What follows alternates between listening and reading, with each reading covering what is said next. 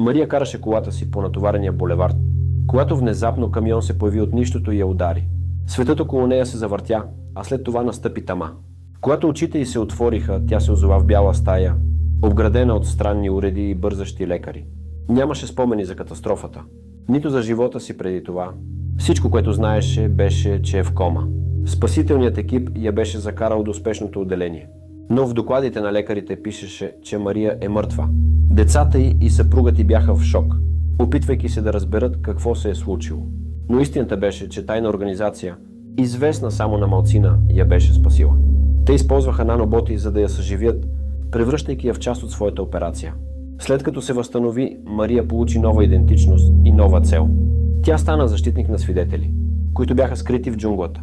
Тази нова реалност беше далеч от обикновения й живот, но в нея имаше нещо, което я привличаше.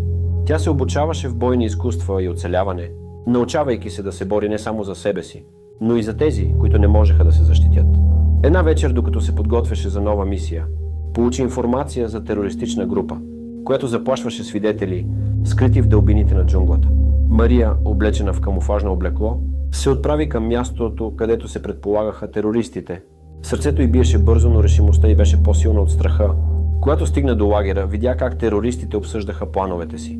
С тихи стъпки тя се приближи, използвайки уменията си, за да се скрие в сенките. Внезапно, един от терористите забеляза нещо и се обърна, но беше твърде късно. Мария се втурна напред, използвайки всичките си бойни умения, за да се справи с тях. След кратка, но интензивна битка, тя успя да освободи свидетелите и да ги изведе от лагера. Когато се върна от дома, знаеше, че е намерила нова цел в живота си. Въпреки че беше загубила част от себе си в катастрофата, сега имаше възможност да спасява други.